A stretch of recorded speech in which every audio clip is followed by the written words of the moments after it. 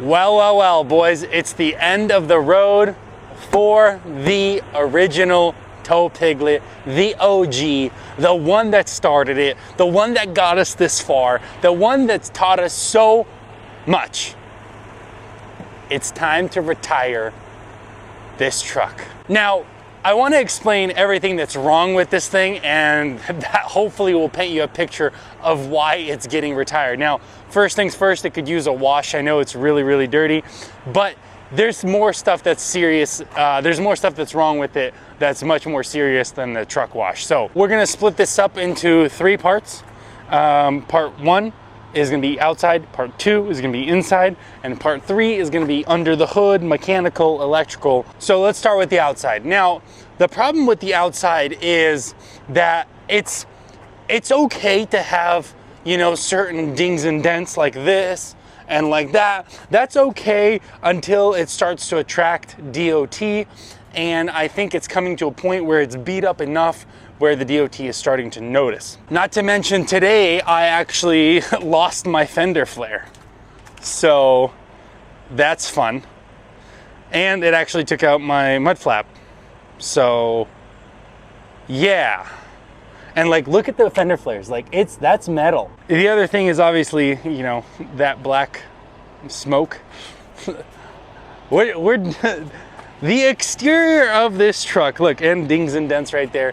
The exterior of this truck is kind of beat up, and there's nothing wrong with being beat up, but one of the headlights is LED, one is not. I need to fix that. The fog lights haven't worked since, I don't know, maybe 6 months ago. It's an electrical issue. So long story short is there's a bunch of stuff wrong with it on the outside. I don't need unnecessary DOT attention, and it's just gonna cost me too much to make the truck look really good. But the point remains the same, that I like stuff to look good, and this thing no longer can look good for a reasonable price, so time to get rid of it. Okay, moving on to the inside. So problem number 1 on the inside, the seat is total, like, this is metal. You guys, you have no idea. I wake up with the side of my leg hurting because of this metal.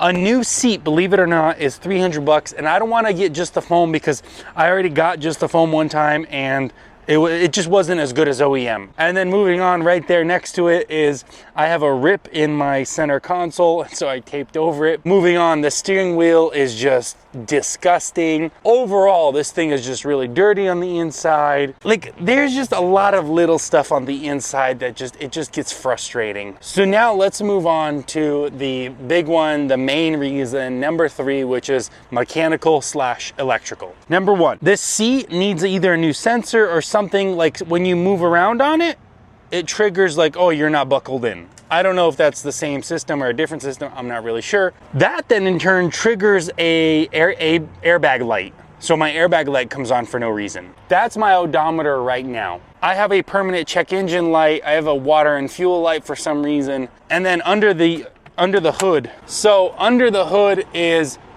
many more problems.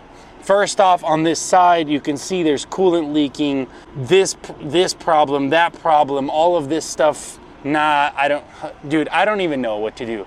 Like, to return it back would cost too much, so it's not worth it. But to have somebody work on this that's knowledgeable, that person apparently doesn't exist. Then I had a boost leak, so I replaced this. Then here's, look at my new, right here, that new piece right there, back there, shiny, and this new piece. My brakes never went back to being good.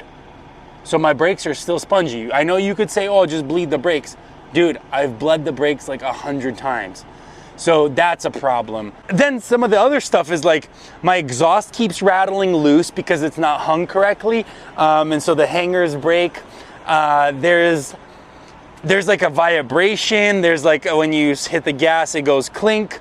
And when you slow down, it goes clink. Dude, there's just so much wrong with this truck. It really, the best analogy I can give you is, it's like a Band-Aid on top of a Band-Aid on top of a Band-Aid on top of a Band-Aid. This has all just been temporary fixes, and now it's time to do major surgery. There's just too much wrong with it, so it's gotta go. You know, now, Granted, I'm not selling it, okay? I am keeping it. I'm gonna keep it around.